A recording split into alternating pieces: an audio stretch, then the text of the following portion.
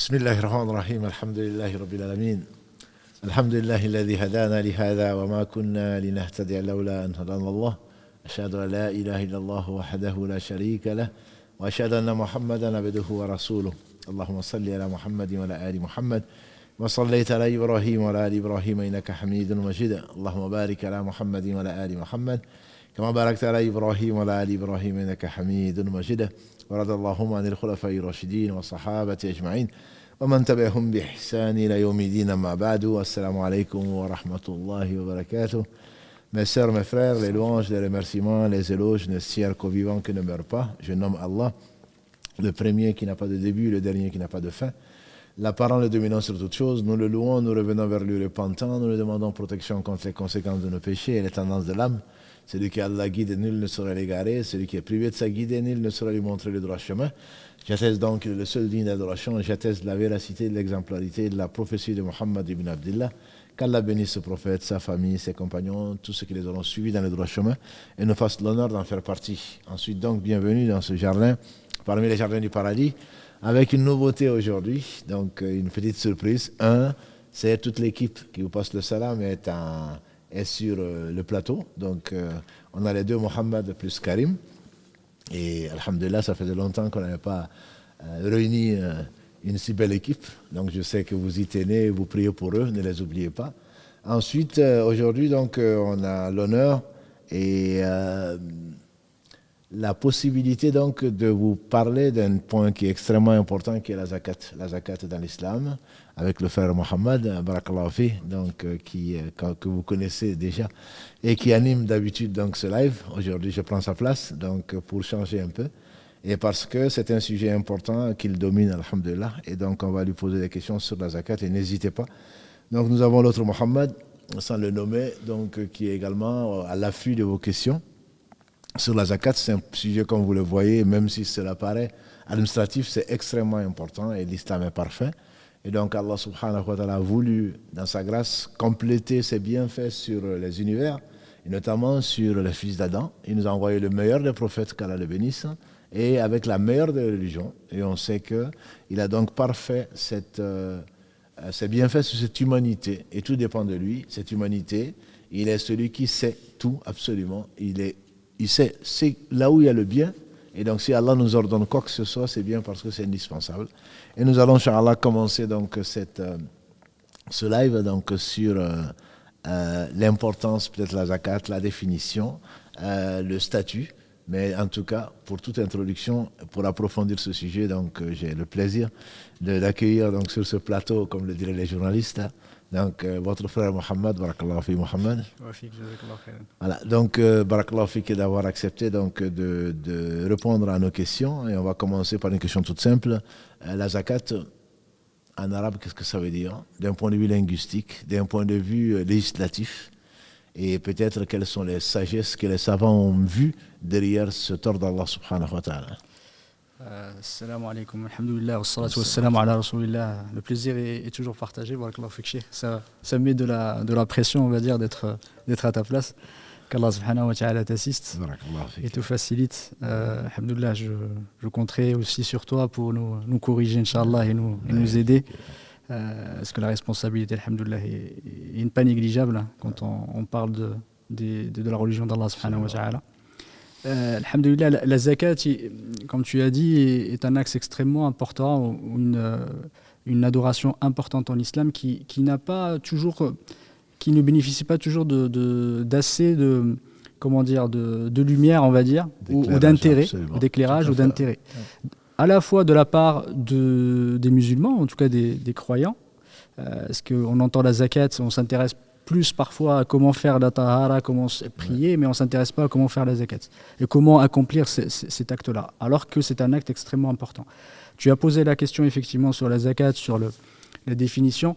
Alors, alhamdoulilah, on va commencer par ça, par la zakat, effectivement. La zakat, comme a dit Ibn Faris, rahmatullahi ta'ala alayhi, dans son dictionnaire, J'aime Faris, il dit que Zaka, le Zay ou le Kaf ou le Ma'loul, Zaka, revient à deux sens importants qui sont la purification et la croissance, on va dire, ou la fructification. Ça, c'est les deux sens importants en fait de nos zakats. Mais il revêt beaucoup de sens en arabe, parmi lesquels, comme j'ai dit, la purification, le fait de la croissance, mais également le fait de la purification physique, mais également la purification morale, mais également la louange. Comme dit, le fait de ne pas vous louer vous-même. Effectivement, c'est quelque chose qui est réprouvé en islam. Le sens de ce mot tourne effectivement autour de ça. À la fois sur la purification, et on voit le sens dans la zakat, en tout cas dans l'aumône, parce qu'elle purifie à la fois les hommes, mais elle purifie aussi les biens. Et également la zakat dans le sens de la croissance, c'est parce que, comme a dit le prophète l'aumône n'a jamais été amoindri par l'argent n'a jamais été amoindri par une aumône. Et Allah subhanahu wa ta'ala nous a dit quand vous me remerciez, je vous rajouterai. Il y a toujours jamais que l'aumône ne va amoindrir les biens que nous avons. Allah subhanahu wa ta'ala met toujours de la baraka. Et donc on parle de baraka, c'est également dans ce sens-là. Dans le sens de ziyada, ça veut dire le rajout, c'est-à-dire qu'on vous rajoute à la fois sur cette terre et dans l'au-delà. Parce que les effets de la zakat se ressentent aussi sur cette terre, ce n'est pas seulement dans l'au-delà. Le fait, quand on donne la zakat, Allah subhanahu wa ta'ala fructifie, comme a dit Allah subhanahu wa ta'ala, yamhaqullahu riba wa yurbi sadaqat. Allah subhanahu wa ta'ala annihile, détruit le riba, l'usure. On en a parlé tout à l'heure, juste avant le live, on avait dit. Effectivement, on a évoqué le danger et parfois que ça s'immisçait dans certaines transactions qu'on n'imaginait même pas qu'elles contenaient d'usure. Et Allah subhanahu wa ta'ala détruit le riba, l'usure, et il fructifie les aumônes. Parce que dans le riba veut dire aussi ziyada. Dans ce sens, dans le baraka, dans le zakat, dans le ziyada, c'est toujours ce sens en fait qui revient. Et avant vraiment de parler de la zakat, je souhaiterais qu'on parle du don en général, effectivement, dans l'infaq. Quand l'infaq, la dépense, pas dans le sens la dépense dans les choses viles ou les choses qui n'ont pas d'intérêt, surtout la dépense dans le bien, dans la bienfaisance, dans les voies d'Allah subhanahu wa ta'ala. Ce terme-là est extrêmement important, ou en tout cas cette valeur est importante en islam. Elle est importante, Allah subhanahu wa ta'ala, et certains ulama disent qu'elle a été citée dans le Coran plus de 80 fois. Et à chaque fois qu'il y avait effectivement, quand on s'adresse aux croyants, on parle des croyants, on parle toujours dans un sens précis, la croyance, ensuite on parle de la prière, et ensuite on parle de la zakat, de la sadaqa et du don, et de l'infaq. Et c'est quelque chose qui revient plusieurs fois. Effectivement, même dans l'ouverture de la sourate al-Baqarah, effectivement, Allah commence par la croyance au ghaib. Ensuite, yuqimuna as-salah wa mimma razaqnahum yunfiqun. Effectivement, les deux sont souvent liés. La prière et la zakat également très très souvent sont liés. Très souvent liés. Effectivement, on l'oublie peut-être, on pense beaucoup à la prière, même si on ne la fait pas correctement. Mais rarement, comme tu l'as si bien dit au début, je pense que la zakat, on ne donne pas la zakat sa vraie valeur. Exactement. Et ça, c'est pour la raison pour laquelle nous avons choisi d'ailleurs d'en parler en d'autres termes pour vraiment faire aimer l'ordre d'Allah, parce que ce n'est pas seulement l'exécuter, mais c'est vraiment le faire comprendre et pour pouvoir l'aimer. Exactement. Et là, effectivement, l'infaq de façon générale, c'est une responsabilité de chacun par quelle manière ou comment, le comment est important, comment on dépense nos biens qu'Allah subhanahu wa ta'ala nous a confiés et dans quel objectif. Pour quelle finalité? Parce qu'on revient à chaque fois au principe, la fin ne justifie pas les moyens. Il y a les moyens et aussi il y a les fins. Les deux sont importants. C'est comment on les emploie et dans quelle finalité on les emploie. Et une des finalités les plus importantes, c'est la dépense, c'est dépenser son argent dans le bien, dans la bienfaisance et dans les voies de fi sabilillah et dans les sentiers d'Allah subhanahu wa ta'ala. Ça, c'est la chose extrêmement importante. Et une des choses importantes aussi, c'est quand on dépense ses biens pour une finalité beaucoup plus grande, celle de l'adoration d'Allah subhanahu wa ta'ala, et celle de nous renforcer et de nous rendre capables en fait d'accomplir cette finalité importante, celle de l'adoration. Parce que quand on gagne quelque chose, il faut savoir pourquoi on le gagne.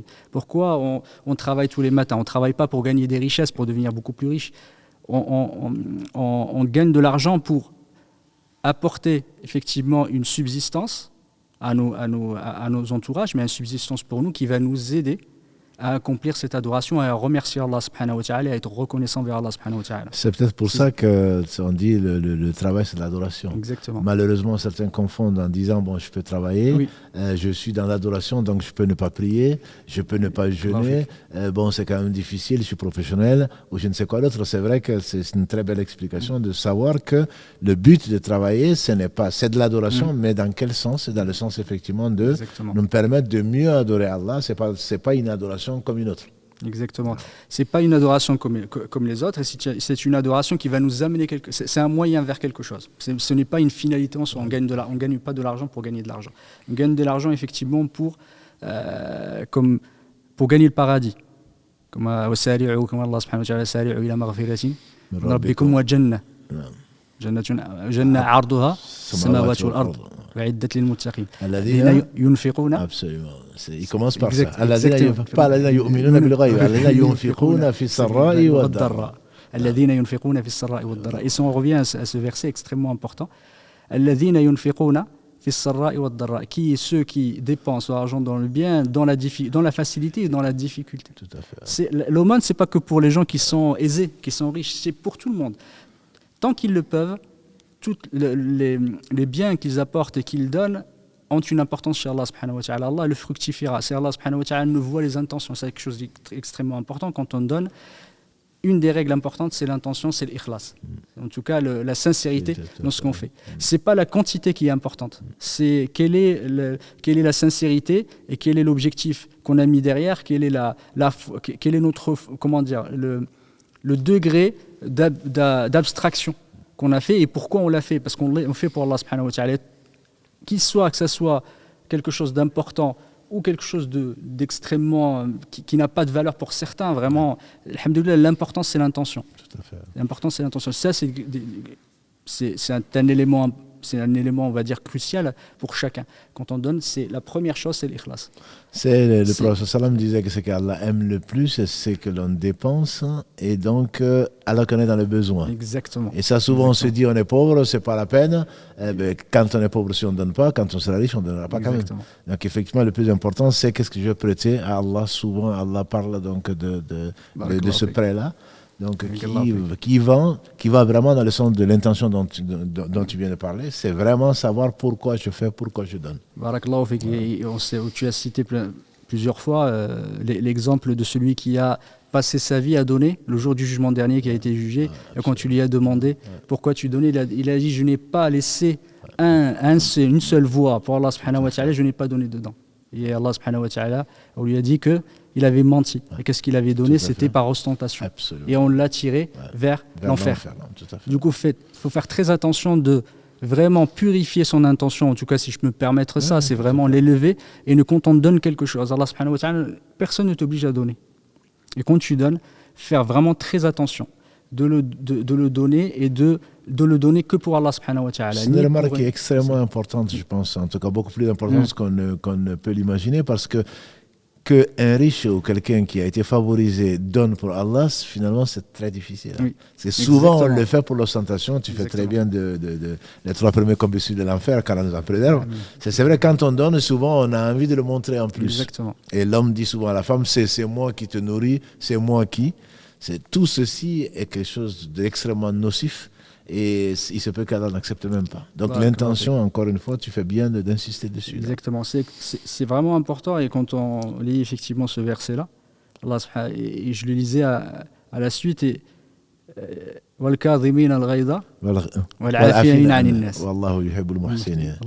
les auditeurs, donc c'est la sourate Al-Imran, verset 133, si ma mémoire est bonne. Tout à fait, pour qu'ils retrouvent facilement les références. Là. Exactement. Et quand on les lit, c'est que c'est toujours quelque chose d'important, c'est de faire le bien vers les autres. Enfin, en tout cas, apporter du bien, quel qu'il soit, un sourire. Un sourire, Al-Kadhimin al-Ghayd, c'est ceux qui ne font pas ressentir ou qui réprouvent, en tout cas, qui ne montrent pas qui maîtrisent leur colère, qui ne montrent pas une rancœur vis-à-vis des autres.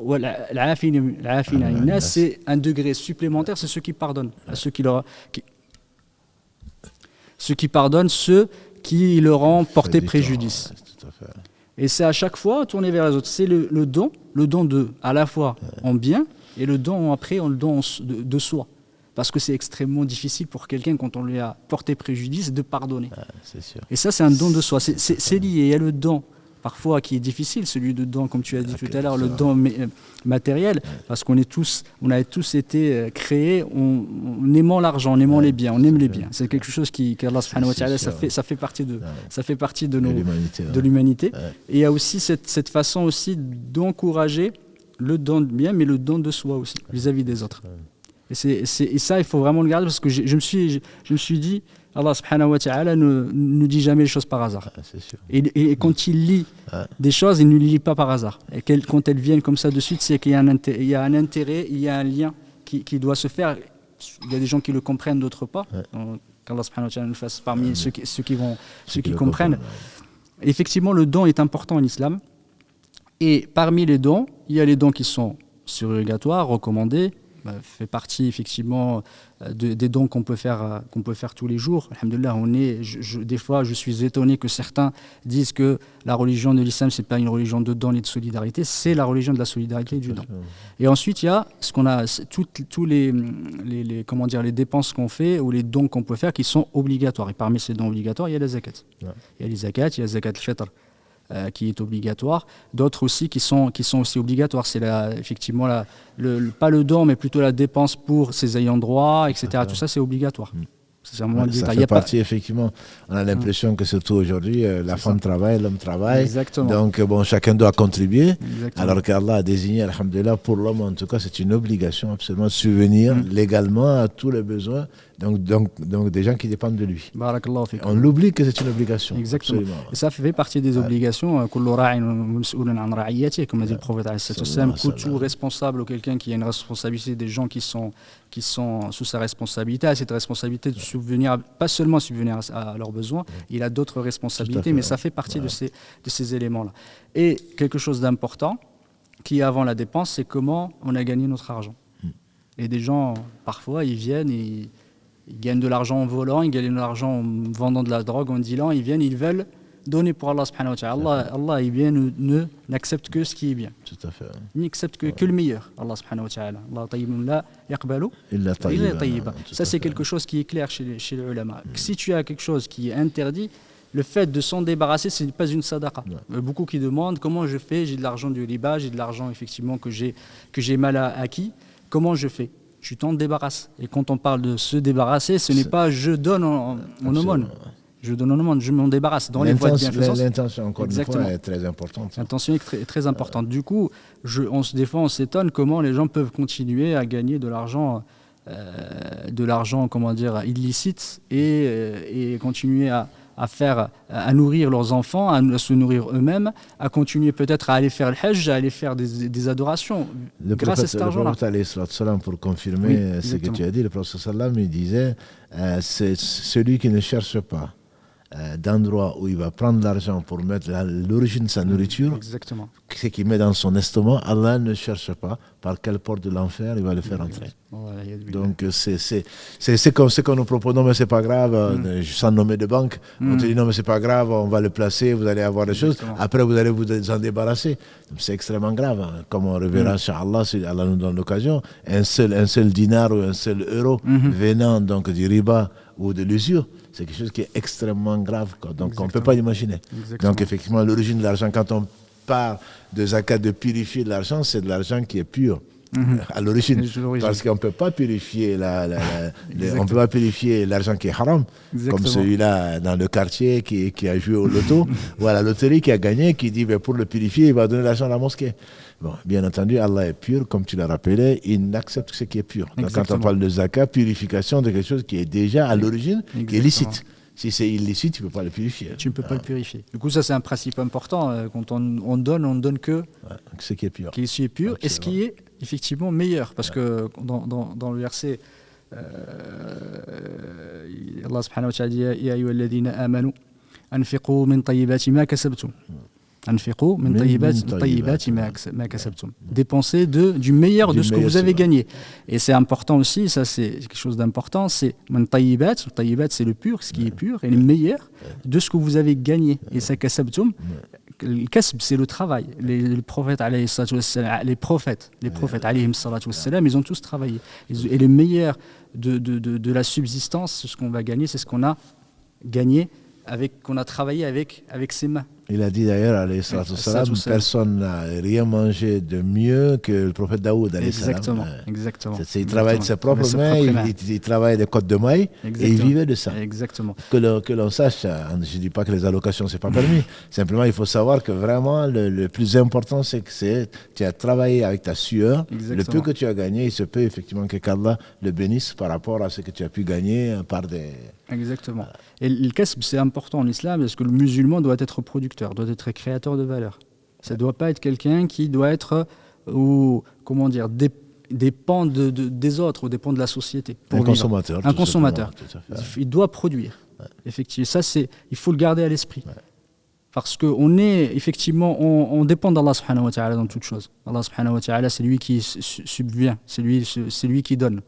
La subsistance, Allah subhanahu wa ta'ala l'a donné la garantie à chacune de ses créatures. Et d'ailleurs, quand il y a fécondation, c'est l'une des 4 choses que l'ange écrit dès qu'il y a fécondation. C'est de quoi la personne va vivre. Absolument. Exactement. Des fois, l'exemple des oiseaux qui sortent le matin, ils ne savent même pas est-ce qu'ils vont pouvoir revenir, et Allah subhanahu wa ta'ala leur donne. Et certains ulama disent que si tu fuyais ta subsistance comme si tu fuyais la mort, elle te rattraperait comme la mort te rattraperait. Ta subsistance, Allah subhanahu wa ta'ala te la garantit. Mais pour autant, les ulama, ils ont dit qu'il faut avancer les causes. On ne peut pas rester comme ça en attendant en disant, alhamdoulilah, c'est pas grave, Allah me donnera, je pourrai effectivement. Non, l'islam est une religion de travail, c'est une religion de création. Il faut travailler et créer. C'est une très bonne remarque. Ça explique justement le fait de la confiance en Allah. Omar ibn Khattab dit que le prophète sallam disait, si vous vraiment vous faisiez confiance à Allah, vous seriez comme il se doit, vous serez comme ces oiseaux qui sortent de ventre vide et qui reviennent le ventre plein. Mais ils sont sortis quand même. Exactement, ils sont sortis. Ils ne sont pas restés dans leur nid. C'est ce que j'allais te dire, c'est qu'ils sont sortis. Ils sont sortis. Ils ne sont pas restés en attendant, ils sont sortis. Et ça, c'est important à la fois d'associer le pur avec le travail. C'est qu'on travaille, quand on gagne quelque chose, c'est qu'on l'a mérité. On ne prend pas aux autres. Il faut faire très très attention. Faites de spoiler les biens des autres, voler aux autres. Par n'importe quel moyen.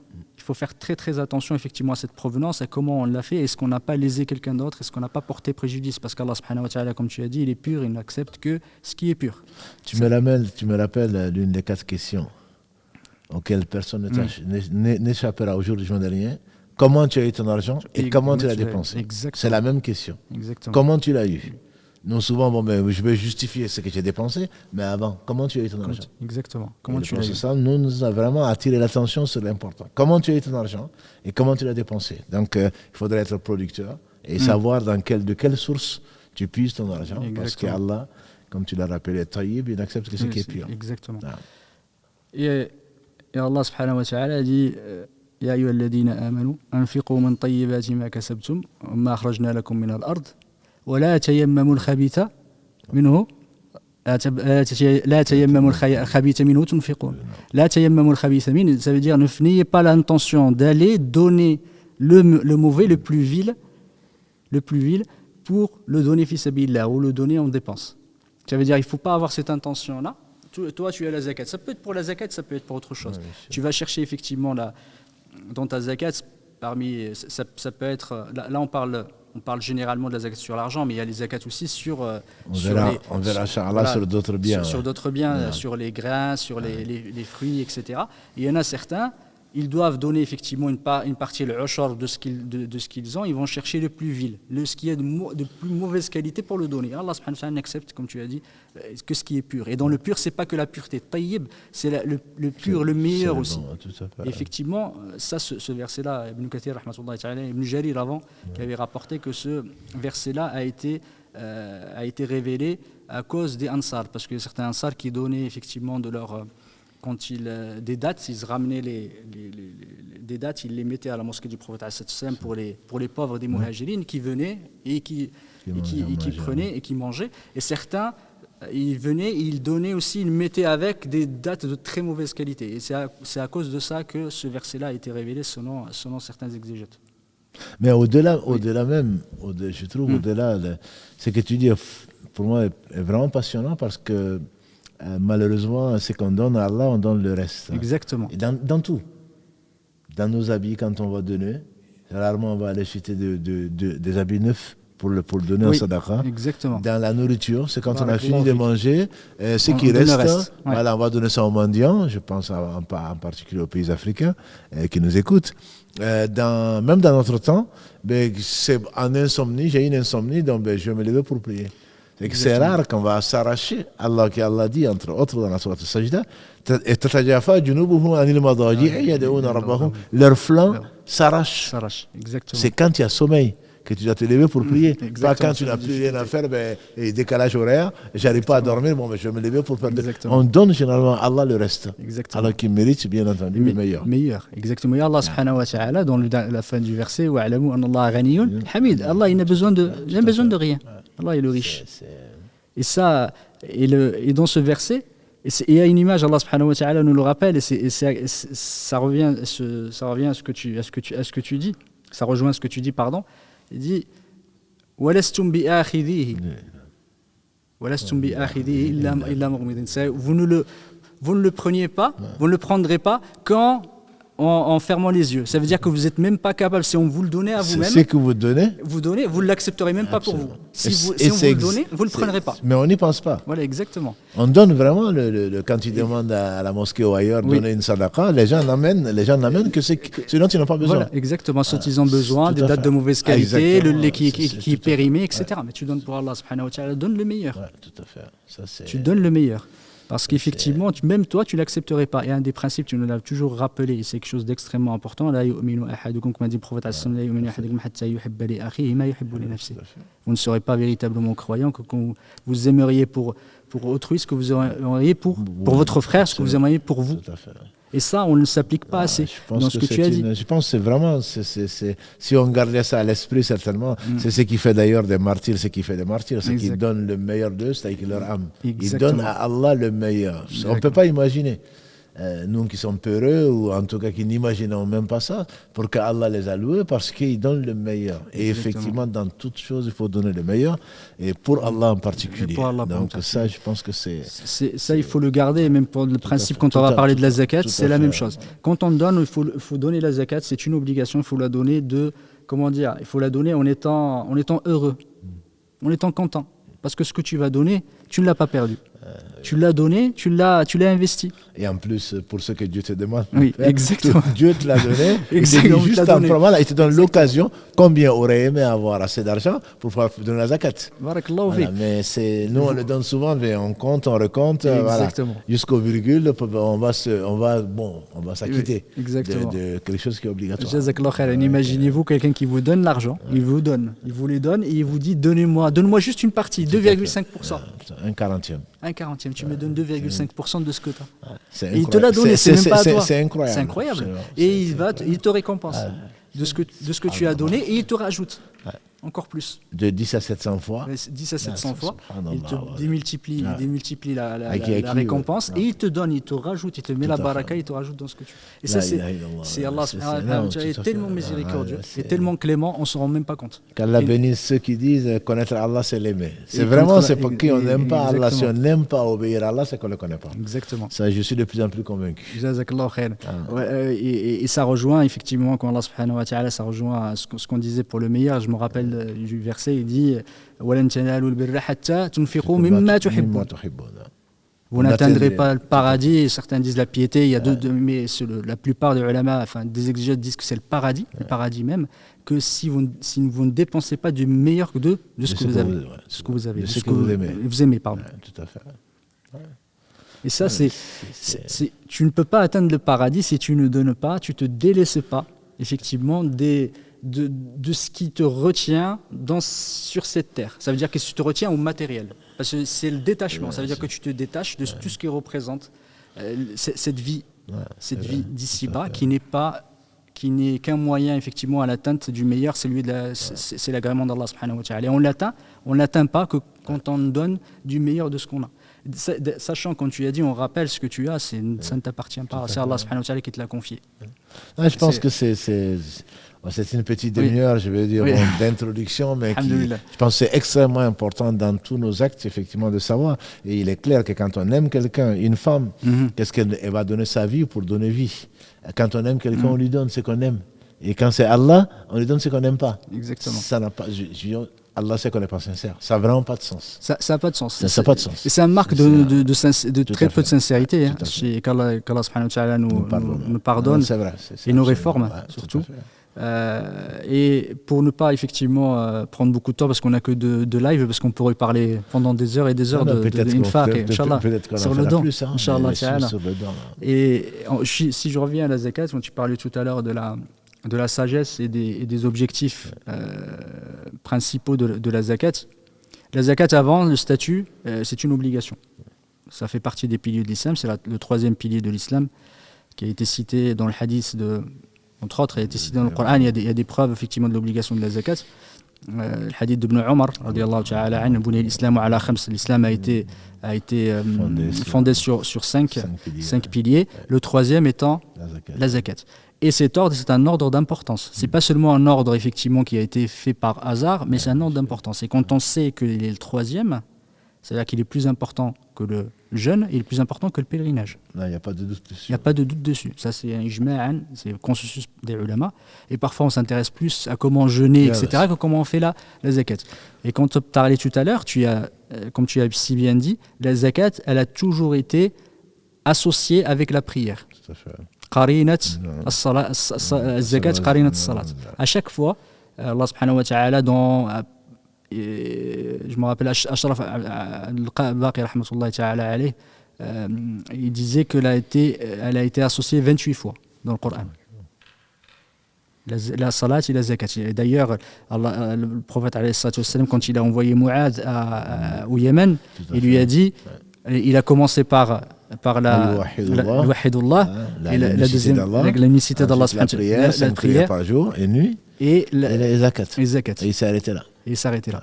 C'est parce que ça, c'est les trois plus importants. Il y a celui qui va nous, effectivement, l'essentiel, celui de tawhid, celui de rentrer, c'est ce qui nous permet d'être musulmans. Tout à fait. C'est la shahada, l'attestation de foi, et attester qu'Allah subhanahu wa ta'ala est unique, et Muhammad sallallahu alayhi wa sallam est son prophète.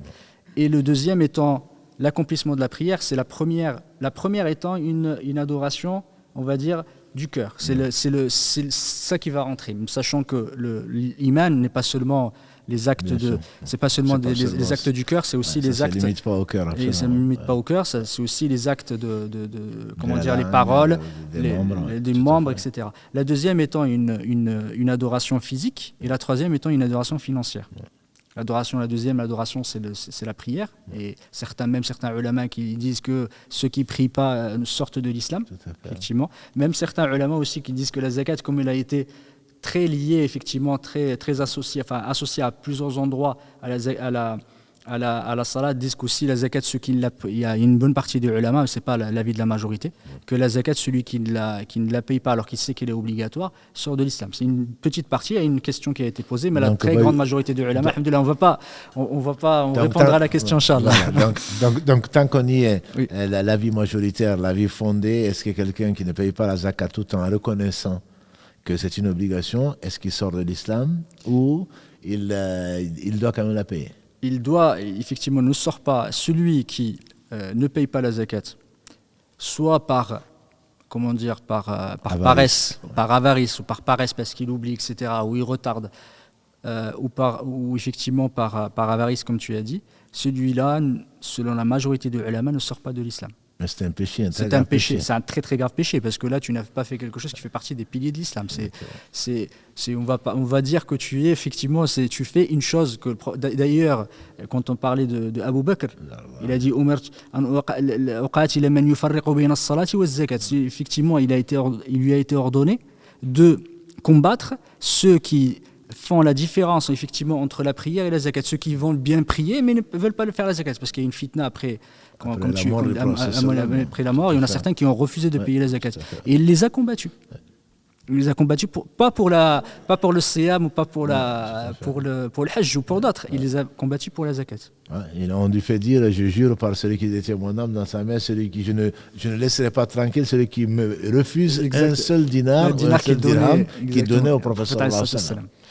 C'est le prophète alayhi salam, il a dit que je combattrai jusqu'à ce que effectivement ceux qui payent, qui attestent, qui fassent la prière et qui donnent la zakat, et après ça s'arrête. Et à chaque fois, il n'est pas allé jusqu'au siyam, il n'est pas allé jusqu'au pèlerinage. Du coup, il faut comprendre l'importance de la zakat. Et comme c'est très important, c'est extrêmement important, il faut apprendre à le faire parce que ça concerne, apprendre à comment le faire. Ce n'est pas une chose facile, simple, on va dire qui est anodine. Il faut vraiment apprendre à le faire, sachant que parfois il y a des choses qui sont un peu complexes, parce que de plus en plus on vit dans une société avec des contrats qui se complexifient de plus en plus, des situations assez difficiles, des entreprises. Il y a des gens qui ont aussi qui entreprennent de nouvelles formes de transactions financières, qui ont des actions, qui ont aussi des emprunts, des choses comme ça. C'est comment je gère tout ça dans ma zakat.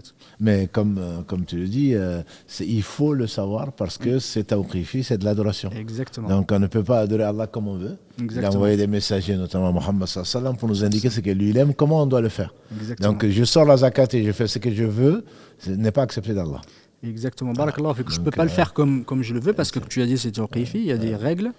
La zakat, elle a été obligatoire depuis, effectivement, elle a été légiférée à la Mecque, comme a dit Ibn Kathir, rahmatullah et d'autres. Les règles ont été édictées à Médine. Les règles, la façon de le faire. Elle était obligatoire avant. Effectivement, les gens donnaient de la zakat, mais chacun il donnait par rapport à ses moyens, par rapport aussi au degré de foi qu'il avait. C'est comme le jeûne. Comme le jeûne. On dit même que même à la Mecque, les gens jeûnaient, mais Allah l'a rendu obligatoire et l'a défini pendant la deuxième année de l'Hégire. Exactement. Les versets sont nombreux qui attestent effectivement de l'obligation de la zakat. Et sans les citer, effectivement, ils sont très nombreux. Je veux juste insister sur un élément, c'est que ceux qui retardent la zakat, c'est une façon aussi de désobéir à Allah subhanahu wa ta'ala, très gravement, mais c'est aussi une façon de détruire ce qu'ils ont déjà.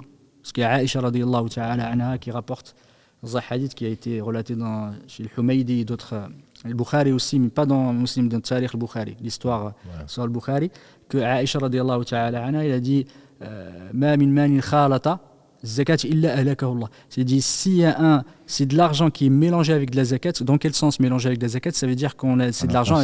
On n'a pas sorti la zakat. Allah subhanahu wa ta'ala le détruit. C'est une façon de détruire cet argent. Parfois, des vraies destructions, ça veut dire de perdre cet argent-là. Par incendie, ou autre, barakallahu fik. Et il y a une autre façon aussi qu'Allah subhanahu wa ta'ala, des fois, il t'inspire à donner ton argent dans des choses viles qui n'ont aucun intérêt.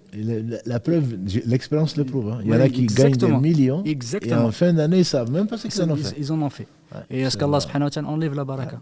Enlève la baraka, comme j'ai dit, l'aumône est une façon de fructifier et de mettre la baraka, la bénédiction dans ce qu'on a. Et le fait d'enlever effectivement que la zakat ne soit pas payée, qu'elle est mélangée à ton argent, c'est une façon en fait de mettre fin aux richesses que tu as. Ça c'est en plus des menaces énormes. Exactement.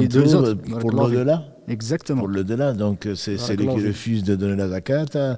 Si c'est de l'or ou si c'est de l'argent, ça sera fondu pour le mettre dessus, pour les chameaux et pour le bétail, etc. Ils vont lui marcher dessus. Donc dans l'au-delà, n'en parlons pas. N'en parlons pas de l'au-delà, parce que le hadith du prophète, celui qui ne donne pas la zakat, Allah subhanahu wa ta'ala, il lui soit matérialisé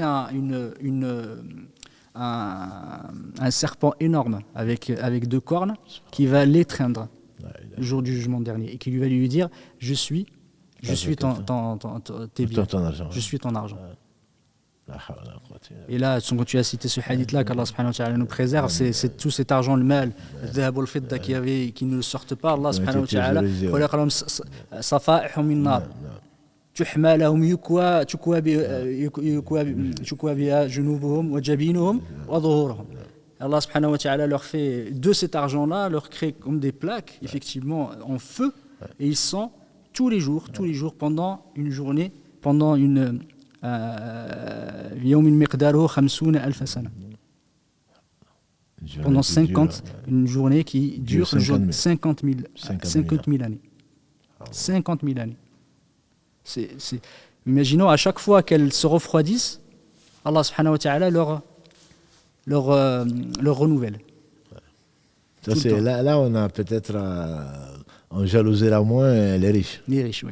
Parce que la zakat, c'est quand même sûr, comme l'a dit le prophète sallam, c'est quand même, quand il envoie Moïse, tu diras, après la salat, tu diras que Allah a ordonné un impôt sur les riches pour leurs pauvres. Pour les pauvres, exactement. Donc un jour viendra où les pauvres vont être contents d'avoir été pauvres. Exactement.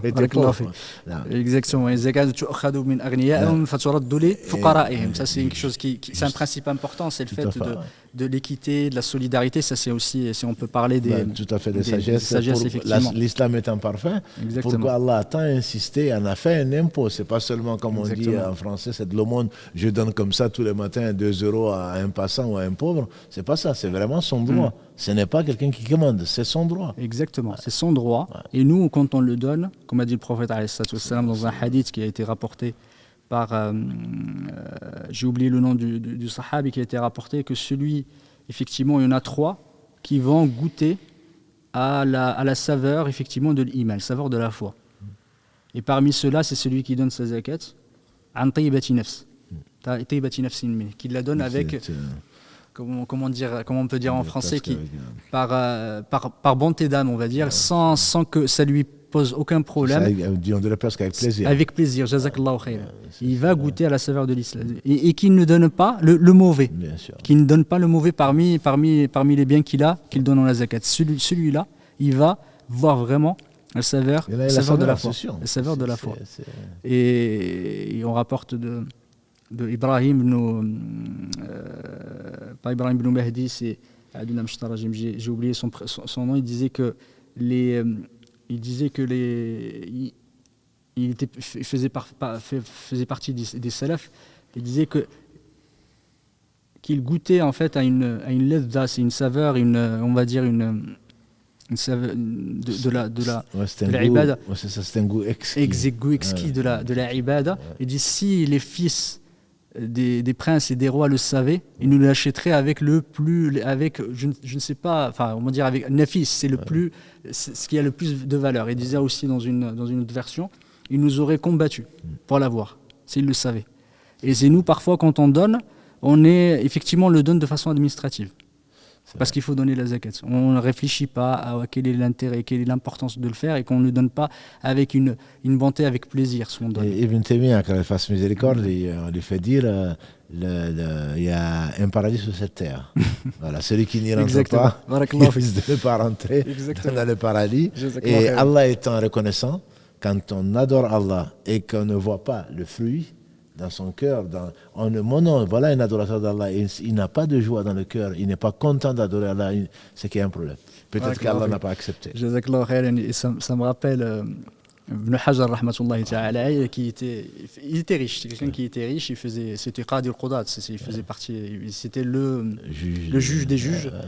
Et il y a quelqu'un effectivement qui passait sur sa monture, et une personne des gens de livre qui passait à côté de lui, il lui a posé une question un peu maligne. Il voulait le provoquer. Il lui a dit votre prophète, il a dit que la dunya, cette terre est c'est la prison effectivement du Jannatul Kafir. Oui, c'est le paradis du non-croyant. Voilà, le paradis du non-croyant et la prison du croyant, pardon. Et là, c'était quelqu'un de très intelligent.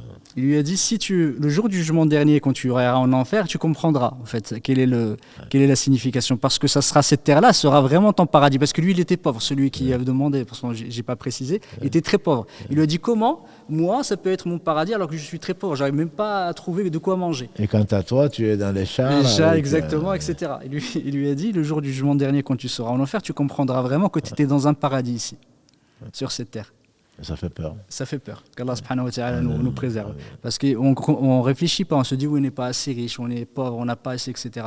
Quand on réfléchit effectivement, qu'on commence à faire, à baigner dans le haram, dans l'illicite, et qu'on ne réfléchit pas à l'au-delà et au châtiment de l'au-delà, c'est quelque chose de très grave.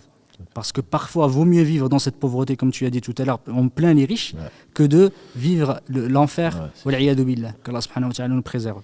Et sachant que même les riches qui ont donné la zakat, Et qui ont dépensé, ils vont rentrer 500 ans après les pauvres au paradis. Exactement. Ah, c'est sûr que ce jour-là, qu'Allah subhanahu wa ta'ala nous accorde le paradis. Amin. Sans nous demander les comptes si c'est encore possible. Et en tout cas, il y a une question qui va être posée après. Je pense que on a dit le caractère obligatoire. Ouais, on a dit également qu'on ne doit pas le retarder. C'est quelque chose d'extrêmement grave. Exactement, il ne faut pas le retarder. Est-ce qu'on peut l'avancer? L'avancer, la plupart des ulama l'autorisent, à part les malikites. Les malikites, ils autorisent, mais pour quelque chose de très... un jour ou deux. Pour quelques jours, un jour parce qu'il y a un besoin impérieux. Exactement. Et on se dit, non, je vais le sortir le 3 Muharram. Exactement. Et finalement, je suis à la fin de l'Hijjah. Et il y a une nécessité, vraiment nécessité, est-ce que je peux le sortir ou pas? Exactement. Un jour ou deux. Les autres ulama, même parfois jusqu'à 1, 2 ans, 3 ans. Voilà, les avis divergent, mais on peut tout à fait le sortir, même 6 mois avant, s'il y a un intérêt à le faire. Ça veut dire que s'il y a une nécessité parce qu'il y a quelqu'un de très très pauvre, effectivement, on peut calculer la zakat jusqu'à terminaison. Et on peut la donner à quelqu'un qui est pauvre. Mais, tant qu'on y est, cette question que celui qui découvre aujourd'hui ou qui a découvert il n'y a pas très longtemps que la zakat était obligatoire, il devrait le savoir. Ce sont des choses qu'on ne peut pas ignorer. Exactement. Mais imaginons que quelqu'un n'a pas sorti la zakat par négligence. Qu'il n'a pas sorti par négligence. Est-ce qu'il se contente de demander pardon à Allah ou est-ce qu'il se doit quand même, est-ce que c'est rétroactif, est-ce qu'il se doit quand même de payer la zakat qu'il n'avait pas donné? Exactement. Celui qui est musulman, effectivement, qui n'a pas payé la zakat pour les années d'avant, soit par négligence, par ignorance, ça me paraît, parce que c'est quelque chose ce qu'ils disent les ulama, c'est quelque chose qui est connu par obligation, on va dire. Tout le monde sait que la zakat, on ne peut pas l'ignorer. C'est comme ils disent, nul n'est censé ignorer la loi. C'est évident que c'est un pilier en plus. Exactement. Et effectivement, ça fait partie des piliers. Celui qui n'a pas fait obligatoirement, quand il doit se repentir vers Allah subhanahu wa ta'ala parce qu'il a fait un grand péché, quelque chose d'extrêmement grave, il doit payer toutes les années pour lesquelles il n'a pas payé la zakat. Alors, c'est un exercice assez difficile parfois quand ça a duré pendant 10, 20 ans, 30 ans, mais il faut faire ce qu'on peut pour essayer d'estimer ce qu'on doit donner, et même si on donne plus. Vaut mieux donner plus que donner moins. C'est sûr. Et quelqu'un ça m'est déjà arrivé, on me demande, mon père est mort, il ne paye pas la zakat. Il a 70 ans, je lui dis de payer la zakat, c'est une obligation, mais il refuse. Il refuse, alors quelqu'un qui est mort, est-ce que son héritage, est-ce qu'on prend son héritage, ou est-ce que s'il va voir devant Dieu, il n'a pas payé? Alors, celui qui n'a pas effectivement payé la zakat pendant son vivant, alors peu importe, il n'a pas payé alors qu'elle était obligatoire pour lui, elle doit être sortie par ses ayants droit. Son héritage. Alors, celui qui l'a fait par négligence, effectivement, parce qu'il l'a retardé, il ne voulait pas la faire ou qu'il ne le voulait pas, le fait de la donner par ses héritiers ne dégage pas sa responsabilité. Ce n'est pas parce qu'il l'a donnée qu'Allah subhanahu wa ta'ala lui pardonnera. Mais obligatoirement, on doit la donner. Ça fait partie des dettes. Ça fait partie des dettes. Effectivement, quand tu parlais des dettes, les dettes vers Allah subhanahu wa ta'ala, sachant qu'il y a le droit des pauvres qui est lié à cet argent-là, mais ça fait partie des dettes d'Allah subhanahu wa ta'ala, en premier lieu. Les ulama, ils ont divergé, est-ce qu'on la sort avant la dette des humains ou après? Ça, c'est une question de divergence entre les ulama. Alors, on va dire, l'avis ce qui semble le mieux, c'est de sortir d'abord la zakat, effectivement, des humains, et après sortir la zakat. Ça veut dire que d'abord, on commence par sortir les dettes des humains, c'est-à-dire que si quelqu'un lui devait de l'argent, et ensuite on passe à la zakat. Les ulama, ils ont divergé là-dessus. Certains disent qu'on commence d'abord par les droits d'Allah subhanahu wa ta'ala et ensuite les droits de l'humain. Certains disent que les droits de l'humain sont basés sur le transaction, effectivement, dur, voilà, on est dur sur le mushaha et le jour du Allah subhanahu wa ta'ala peut pardonner, alors que les humains, le droit il sera rendu, du coup on commence par là, et certains disent qu'on les fait en même temps. Ça veut dire que c'est par rapport aux proportions de l'un ou de l'autre. C'est-à-dire que si on a 1000 euros et l'autre a 1000 euros, on leur donnera 50-50 chacun. par rapport à la proportion qu'ils ont. ont. Il faut peut-être rappeler, pour qui, à qui Allah veut du bien, c'est que les dettes, le professeur m'a dit, même le martyr ne rentre pas au paradis s'il a des dettes. Et un matin, il a dit, est-ce qu'il y a des gens de telle tribu? Pourquoi? Parce que celui qui est mort hier, il attend de rentrer au paradis parce qu'il a des dettes. Il a des dettes, exactement. Donc il faut quand même que nos sœurs et nos frères sachent que les dettes, c'est pas n'importe quoi. On est dans une société de consommation. Sur consommation, on te dit tu peux le payer en combien de fois. Tu dépenses de ce que tu n'as pas. Exactement. Et si tu meurs et que c'est pas écrit, que c'est pas payé, mais tu risques d'attendre longtemps avant de rentrer au paradis si tu dois rentrer au paradis. Exactement, qu'Allah nous préserve. Du coup, il faut faire très attention à le danger des prêts avec voilà, tout ce qui est... Parce que c'est pas seulement les prêts, hein, c'est toute dette qui va être engendrée soit par un contrat lucratif, un contrat d'échange commercial, la vente, la location ou autre. Ça peut être aussi un contrat de bienfaisance comme le prêt. Mais tout ça, ça engendre des dettes. Est-ce que la dette, c'est pas aussi ce que tu dois, le droit de l'autre que tu as pris? Le droit de l'autre aussi, également, c'est une dette. C'est exactement, parce que c'est le droit de l'autre, tu dois le rendre. C'est ce que tu as volé, ce que tu as spoilé à l'autre, et tu dois le rendre également. C'est également fait partie des dettes, fait partie aussi des dettes, les compensations d'autrui. Si on lui a cassé quelque chose, parce que voilà, on a détruit ou on a endommagé quelque chose, ça fait partie des dettes. Tout ce qu'on doit rendre à l'autre. Ça fait partie aussi de ce qu'il nous a confié qu'on ne lui a pas rendu. Tout ça fait partie des dettes. Ce qu'il nous a prêté à usage également fait partie des dettes. S'il reste chez nous, on nous a prêté à usage une voiture pour l'utiliser et on est mort et c'est resté chez nous, personne ne l'a reconnu, ça fait partie des dettes parce que le droit de l'autre est rattaché à ce bien-là. Du coup, il faut faire très attention avant de mourir, si on a des dettes, des emprunts, des créances, etc., c'est de tout écrire. D'où la sagesse, on se dit oui mais bon, c'est l'islam, bien que ce soit des gens qui étaient illettrés entre guillemets, Allah a beaucoup insisté pour que c'est le verset d'ailleurs 281 et 282, c'est le verset le plus long du Coran et c'est toute une page. Exactement. Donc c'est vraiment d'écrire les dettes quand on les a et ça permet. Le prophète alayhi salam, il est arrivé avant que ce soit aboli qu'ils disent aux gens, est-ce qu'il a des dettes? C'est le mort.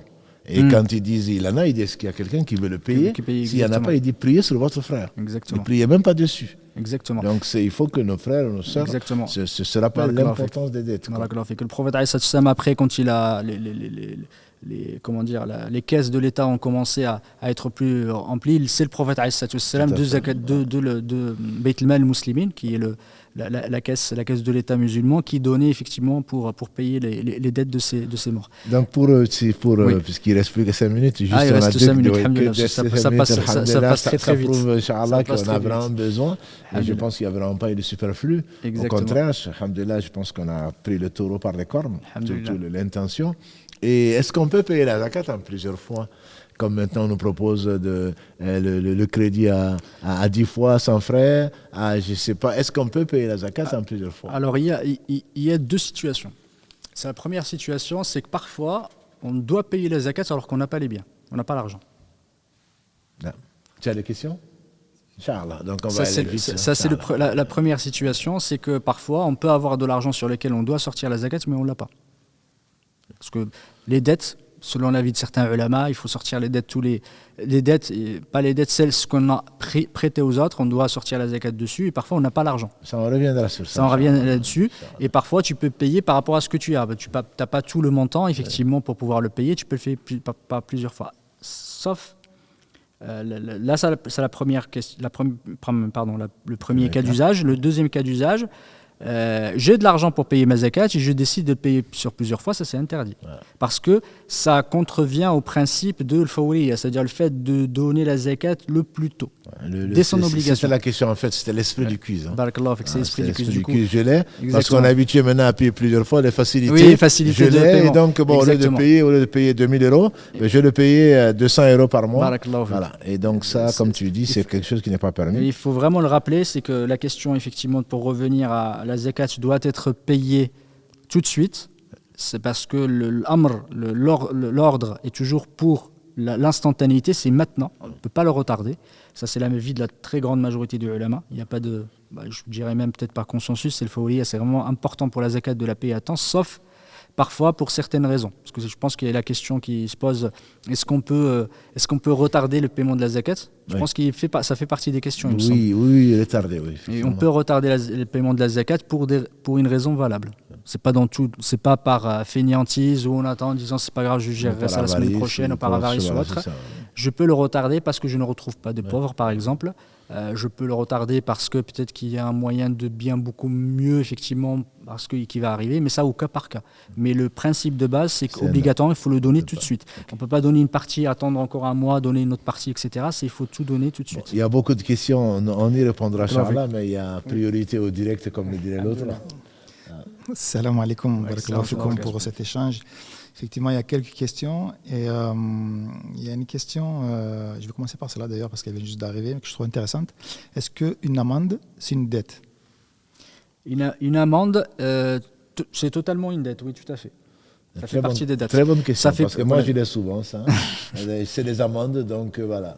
C'est pas une dette. Effectivement, une amende, dès le moment où on est dans un pays, on respecte effectivement respecte les règles tant que, alhamdoulilah, elles sont concordantes avec certains, effectivement, on va dire, les principes légaux qui sont en rapport avec nos vertus, effectivement, mais les lois doivent être respectées. Peu importe, effectivement, quand on se trouve dans un pays et qu'on vit dans ce pays-là, on doit respecter ces lois-là. Et effectivement, il y a des lois qui restreignent certains comportements qui peuvent être permis. Ça, c'est une possibilité qui est donnée au gouverneur, même si on n'est pas dans un pays musulman. Dans les pays musulmans, la restriction de quelque chose qui est illicite est permis. Est permis en islam. C'est-à-dire que même si on a la possibilité de marcher ou d'aller quelque part, le gouverneur, le responsable peut te dire tel jour tu peux pas y aller, même si tu as le droit d'y aller d'habitude, mais je te l'interdis. Le couvre-feu, etc. Parce que l'intérêt général est là. Exactement. Oui, tu es libre, effectivement. Exactement. Mais si le gouverneur décide, exactement. Du coup, dans l'intérêt, effectivement, de la présence, effectivement, dans le pays, le fait de vivre ensemble, et il faut qu'il y ait des règles. Il y a des règles qui sont édictées, des règles de conduite qu'on doit avoir, et quand il y a des amendes, il faut les payer. Ça, ça devient une dette. Barakallahu fik.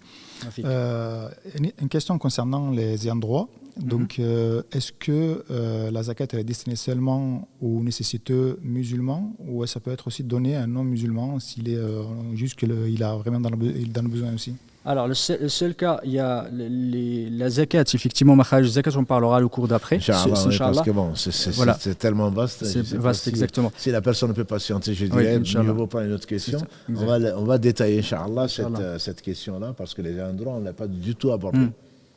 D'accord.